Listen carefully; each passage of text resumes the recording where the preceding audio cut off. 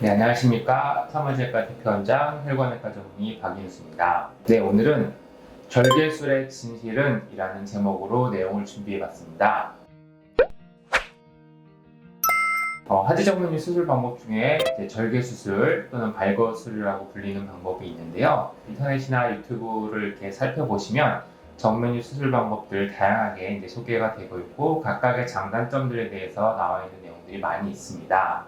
오늘은 그 중에 가장 오래된 발거수술, 절개수술 또는 영어로 스트리핑이라고 하는 수술 방법에 대해서 조금 자세하게 말씀을 드려보고자 합니다.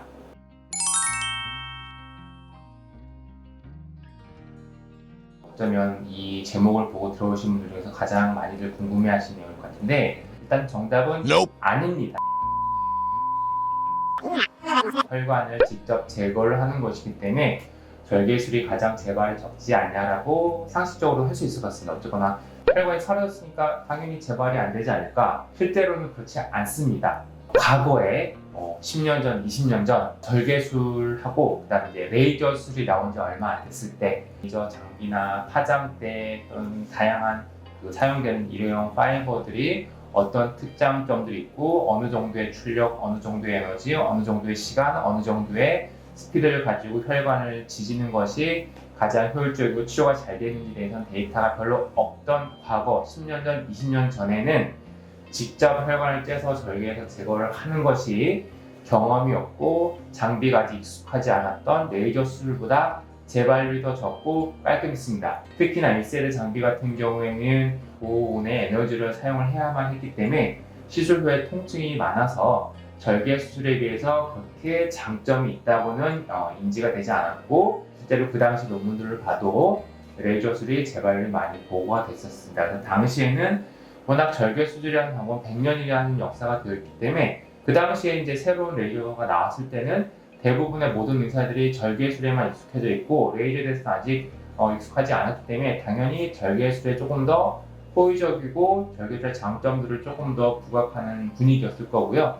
레이저가 처음 나왔을 때는 아직까지는 레이저보다는 그래도 절개술도 좋다라는 분위기가 형성이 당연히 되어 있었을 겁니다.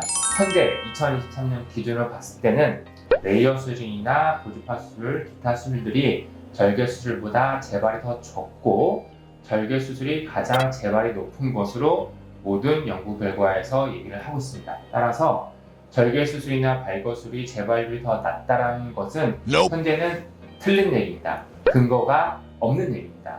다만 조금 더 보완 설명을 해드리면 직경이 큰 경우에 쉽게 말해서 혈관이 많이 크고 많이 심하게 울퉁불퉁한 경우라면 절개 수술이나 발거 수술이 더 장점이 있을 수는 있습니다. 왜냐하면 우리가 레이저나 고주파 또는 약을 넣어서 치료하는 베나실이나 클라리벤을 치료한다고 할 때 혈관이 더 굵고 심하고 뭔가 부피가 많으면 더 많은 에너지로 많이 태워야만 하고 약을 넣는 베나실이나 클라리벤 같은 경우도 더 많은 약을 넣어야지만 좋은 치료를 보일 수 있기 때문에 통증이 더 생길 수도 있고 불편할 수도 있고 그만큼 충분히 못 찌지거나 약을 그만큼 충분히 넣지 못했을 경우에는 재발이 될 수 있는 리스크가 올라가는데 절개술은 비슷한 사이즈의 절개를 해서 혈관을 뽑아내면 되는 똑같은 과정이기 때문에 혈관이 작든 혈관이 크든 어쨌거나 어차피 멍이 들고 불편한 것은 비슷비슷합니다. 따라서 정확하게 째서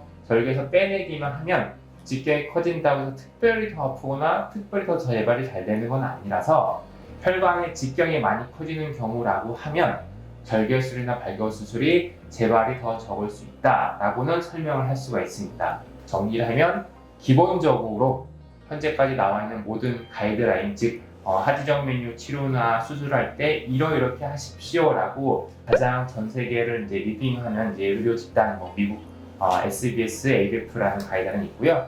유럽의 ESVS라는 가이드라인인데 유럽 혈관외과학회 가이드라인에 따르면 하지정맥류 수술 시 1번 열치료를 우선적으로 고려해라. 2번 열치료를 할 수 있는 상황이 아니면 그때 절개술을 해라. 라고 명확히 나와 있습니다. 미국 혈관외과학회의 하지정맥류 치료 가이드라인에서도 하지정맥류 치료가 필요한 환자의 경우 절개술보다는 열치료를 우선적으로 권장하고 있습니다. 작년에 발표된 가이드고요. 이미 그전에도 나왔던 가이드에도 절개술이나 발거술보다는 레이저나 고주파를 권하고 있고, 그 이유는 통증이 적고 재발이 적기 때문입니다. 따라서 절개술이나 발거술이 재발이 더 적다라는 얘기는 사실과 다르고요. 다만 조금 더 보완 설명을 하면 직경이 큰 경우에는 절개술이나 발거술이 재발이 더 적을 수 있다 정도로 이해를 하시는 게 맞습니다.